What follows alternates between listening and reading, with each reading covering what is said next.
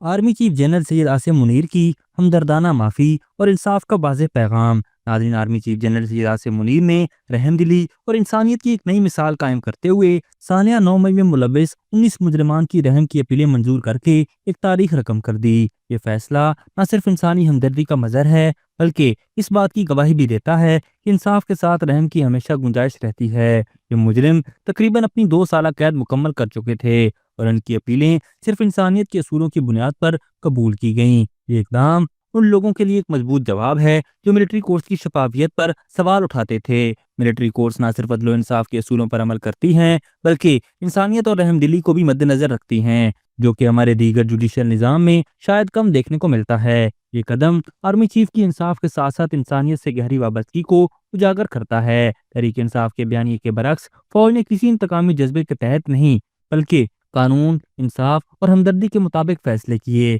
Army chief نے واضح پیغام دیا کہ ریاست ان لوگوں کو ریلیف فراہم کرے گی جو اپنی غلطیوں پر ندامت کا مظاہرہ کریں گے، لیکن جو لوگ تشدد اور انتشار پھیلانے کے ذمہ دار ہیں ان کے لیے سختی کے علاوہ کوئی راستہ نہیں۔ یہ فیصلہ اس بات کو بھی ثابت کرتا ہے کہ فوج مجرموں کو ہر ممکن قانونی راستہ فراہم کر رہی ہے، بشمول رحم کی اپیلیں، جو عمل کی شفافیت اور آئین کی پاسداری کو مزید مضبوط کرتا ہے۔ رحم کی ان اپیلوں کی منظوری آرمی چیف کی انسانیت اور انصاف سے گہری وابستگی کا ثبوت ہے اور یہ تمام سیاسی الزامات کو سختی سے مسترد کرتی ہے کہ یہ عمل کسی سیاسی مقصد کے تحت کیا گیا۔